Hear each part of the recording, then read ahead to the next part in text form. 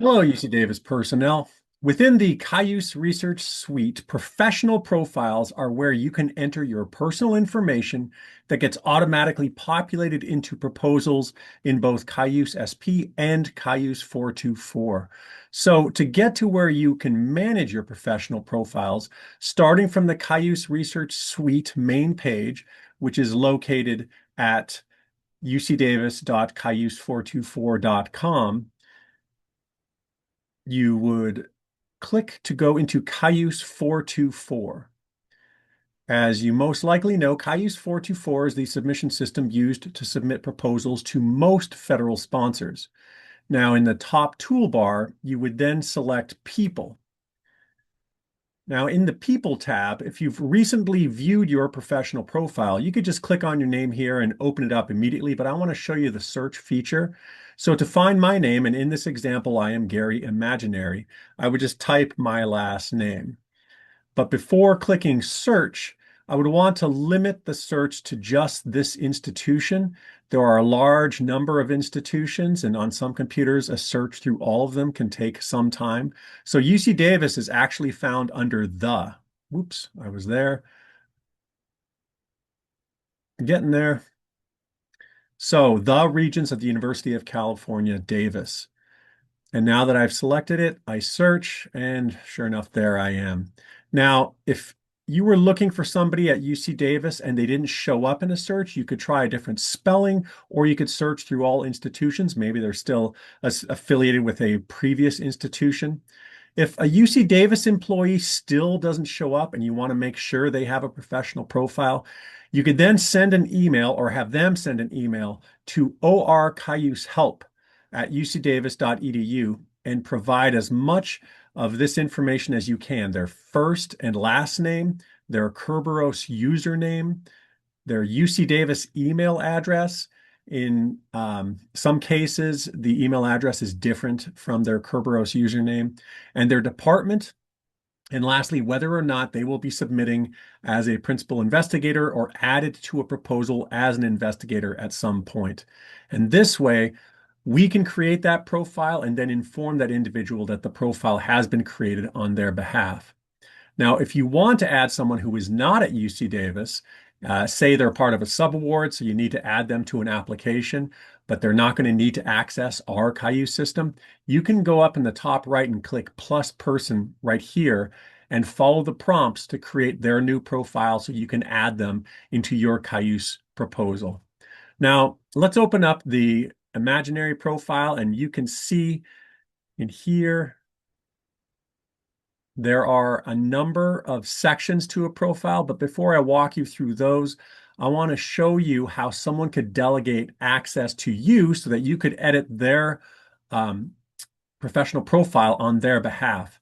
So have them come to their professional profile the same way we just did by going through the Cayuse Research Suite, selecting Cayuse 424, then selecting People, then searching for their name. And once they get to this page, they can select permissions in the top right. And in this example, I'm going to add Charlie Apple as a user, and I've searched for them before, so I find them right there. And now I can close this pop-up and I can give them the permissions I want them to have for this professional profile. All right. So that's how you would do that. I'm removing Charlie Apple, and I'm going to click back. You can either click back using these little green arrows here or just click back on Gary Imaginary's profile. And now we're going to walk through all the sections of a profile. In the first name section here, you can change the name by clicking rename in the top right. You can also add the individuals or your NIH Commons ID. You can ignore the NASA and the NSF because those cannot be submitted through Cayuse 424. NASA requires proposals be submitted through NSPIRES, and NSF requires proposals be submitted through research.gov. So because this is used to populate Cayuse, you can ignore those. And the NIH Commons ID will be auto-populated into applications in both SP and 424. In the degrees section, you can enter all of the individuals or your degree information. The demographics section, UC Davis doesn't collect nor distribute this information, so we recommend you just ignore this section. For biosketches, while you can add a biosketch here and it will be added to a proposal in Cayuse 424, the Sponsor Programs Office recommends you don't use this mechanism, that you instead add an updated biosketch for each proposal that you do. If you put one here, you may forget that it's out of date, so we don't recommend you use this feature.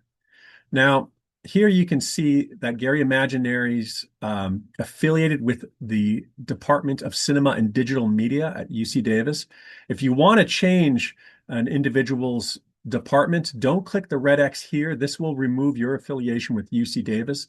Instead, you want to go down to Department Division Title, and here is where you can select the correct department or division. And also you can add the individual's title. All of this will get auto-populated into proposals, and ignore the NASA section, like I said before. So jumping back up, if we go to the contact info, this is where an individual's office is, where a sponsor would want to reach out to them. So again, all this gets auto-populated into a proposal. The ERA role section is important. If an individual is going to be added as a principal investigator or just as an investigator on a proposal, they need to have principal investigator selected.